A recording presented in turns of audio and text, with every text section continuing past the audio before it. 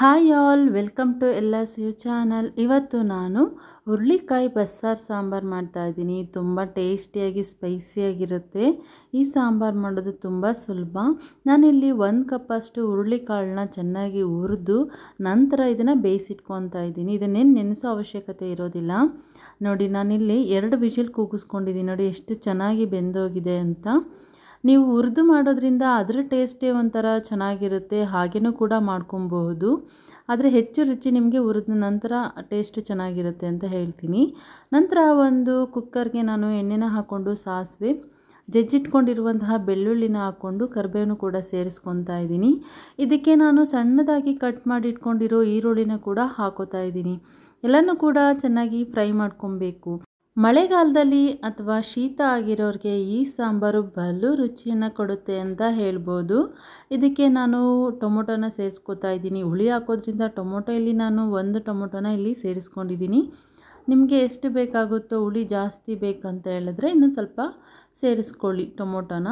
ಎಲ್ಲನೂ ಕೂಡ ನಾನು ಮತ್ತೆ ಫ್ರೈ ಮಾಡ್ಕೊತಾ ಇದ್ದೀನಿ. ಎಲ್ಲನೂ ಕೂಡ ಫ್ರೈ ಮಾಡಿಕೊಂಡು ಚೆನ್ನಾಗಿ ಅದು ಬೇಯಬೇಕು ಟೊಮೊಟೊ. ಅದಾದ ನಂತರನೇ ನಾವು ಅಲ್ಲಿಗೆ ನೆನೆಸಿ ಕಲಸಿಟ್ಕೊಂಡಿರುವಂತಹ ಹುಣಸೆ ಹಣ್ಣಿನ ರಸನ ಹಾಕ್ಕೊಬೇಕಾಗತ್ತೆ. 1 ಕಪ್ಪಷ್ಟು ಹುಣಸೆ ಹಣ್ಣಿನ ರಸನ ಹಾಕ್ಕೊತಾ ಇದ್ದೀನಿ. ಹುಳಿ ಹೆಚ್ಚಾದಷ್ಟು ಈ ಸಾಂಬಾರಿನ ರುಚಿ ಇನ್ನೂ ಚೆನ್ನಾಗಿರುತ್ತೆ. ಮತ್ತೊಂದೇನಂತಂದರೆ, ಈ ಸಾಂಬಾರು ಮಾಡಿದ ದಿನಗಿಂತ ಅದರ ನಾಳೆ ನಾವು ಟೇಸ್ಟ್ ಮಾಡಿ ನೋಡಿದ್ರೆ ತುಂಬಾ ರುಚಿಯಾಗಿರುತ್ತೆ ಅಂತ ಹೇಳ್ಬೋದು. ತುಂಬಾ ಚೆನ್ನಾಗಿರುತ್ತೆ ಈ ಸಾಂಬಾರು. ನೀವು ಕೂಡ ಒಂದು ಸಲ ಟ್ರೈ ಮಾಡಿ. ಇದಕ್ಕೆ ನಾನು ಬೇಳೆ ಸಾಂಬಾರು ಪುಡಿನ 1 ಟೇಬಲ್ ಸ್ಪೂನಷ್ಟು ಹಾಕೋತಾ ಇದ್ದೀನಿ. ನಿಮಗೆ ಎಷ್ಟು ಬೇಕಾಗುತ್ತೋ ಖಾರಕ್ಕೆ ಅಷ್ಟನ್ನು ನೀವು ಇಲ್ಲಿ ಸೇರಿಸ್ಕೊಳ್ಳಿ. ಎಲ್ಲನೂ ಕೂಡ ಒಂದು ಸಲ ಮಿಕ್ಸ್ ಮಾಡ್ಕೊಂಬಿಟ್ಟು ಮತ್ತೆ ಅದು ಎಣ್ಣೆ ಬಿಡೋ ಥರ ನಾವೀಗ ಚೆನ್ನಾಗಿ ಬೇಯಿಸ್ಕೊಬೇಕಾಗತ್ತೆ. ಹುಳಿ ಹಾಕಿರೋದ್ರಿಂದ ಅದು ಚೆನ್ನಾಗಿ ಬೇಯಬೇಕು. ಬೇಯೋವರೆಗೆ ಹಾಗೇ ಒಂದು ಲೋ ಫ್ಲೇಮಲ್ಲಿ ಒಂದು 3-4 ಮಿನಿಟ್ಸ್ ಹಾಗೇ ಬಿಡಬೇಕಾಗತ್ತೆ. ನಂತರ ನಾವು ಬೇಯಿಸಿಟ್ಕೊಂಡಿದ್ವಲ್ಲ ಹುರುಳಿಕಾಳು, ಅದ್ರ ನೀರನ್ನ ನಾವು ಇವಾಗ ಇಲ್ಲಿ ಸೇರಿಸ್ಕೊಬೇಕಾಗತ್ತೆ. ಸೇರಿಸ್ಕೊಂಡು ಎಲ್ಲನೂ ಕೂಡ ಒಂದು ಸ್ವಲ್ಪ ಮಿಕ್ಸ್ ಮಾಡ್ಕೊಬೇಕು. ಹುರುಳಿಕಾಳು ಬೇಯೋದಕ್ಕೆ ನಾನು ಸಾಲ್ಟನ್ನ 1 ಟೇಬಲ್ ಸ್ಪೂನಷ್ಟು ಹಾಕಿದ್ದೆ.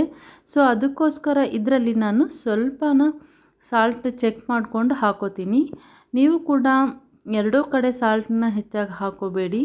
ಚೆಕ್ ಮಾಡಿಕೊಂಡು ನಂತರ ನೀವು ಸೇರಿಸ್ಕೊಬೇಕಾಗತ್ತೆ. ಈ ರೀತಿಯಲ್ಲಿ ಎಲ್ಲನೂ ಕೂಡ ಮಿಕ್ಸ್ ಮಾಡ್ಕೊಬೇಕು. ಮತ್ತು ಕಾಯಿ ತುರಿನ 1 ಕಪ್ಪಷ್ಟು ನಾನಿಲ್ಲಿ ಸೇರಿಸ್ಕೊಂಡಿದ್ದೀನಿ. ಕೆಲವೊಮ್ಮೆ ಏನು ಮಾಡ್ತಾರೆ ಅಂತ ಹೇಳಿದ್ರೆ, ಕಾಯಿ, ಟೊಮೊಟೊ, ಈರುಳ್ಳಿನ ಖಾರದ ಪುಡಿನ ಸೇರಿಸಿ ರುಬ್ಬಿ ಇದಕ್ಕೆ ಹಾಕ್ತಾರೆ. ಅದನ್ನು ಕೂಡ ತುಂಬಾ ರುಚಿಯಾಗಿರುತ್ತೆ.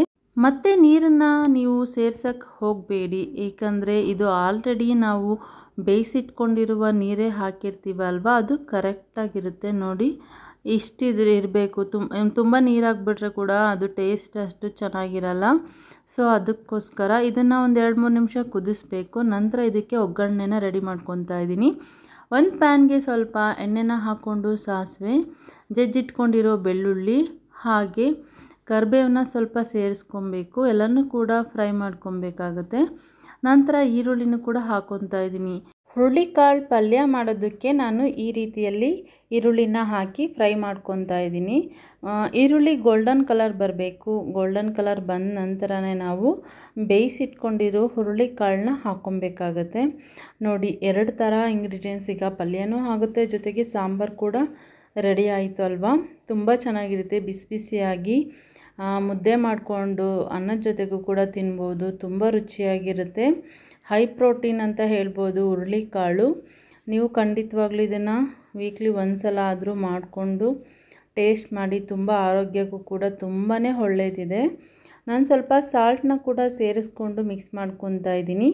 ಬೇಕಂತಂದರೆ ಕಾಯಿ ತುರಿ ಕೂಡ ಹಾಕೋಬೋದು, ಇಲ್ಲಾಂದರೆ ಹಾಗೇನೂ ಕೂಡ ನೀವು ಟೇಸ್ಟ್ ಮಾಡ್ಬೋದು, ಚೆನ್ನಾಗಿರುತ್ತೆ. ನೋಡಿ, ಈ ರೀತಿಯಲ್ಲಿ ರೆಡಿ ಆಯಿತು. ಇದನ್ನು ಒಂದು 2-3 ನಿಮಿಷ ನೀವು ಫ್ರೈ ಮಾಡಿಕೊಂಡ್ರೆ ಸಾಕಾಗುತ್ತೆ. ಹೆಚ್ಚು ಏನು ಫ್ರೈ ಮಾಡ್ಕೊಳ್ಳೋ ಅವಶ್ಯಕತೆ ಇರೋದಿಲ್ಲ. ಜಸ್ಟ್ ಈರುಳ್ಳಿ ಗೋಲ್ಡನ್ ಕಲರ್ ಬಂದಿದ್ದರೆ ಸಾಕಾಗುತ್ತೆ. ಈಗ ನಾನು ಮುದ್ದೆಗೆ ಸ್ವಲ್ಪ ತುಪ್ಪನ ಹಾಕೋತಾ ಇದ್ದೀನಿ.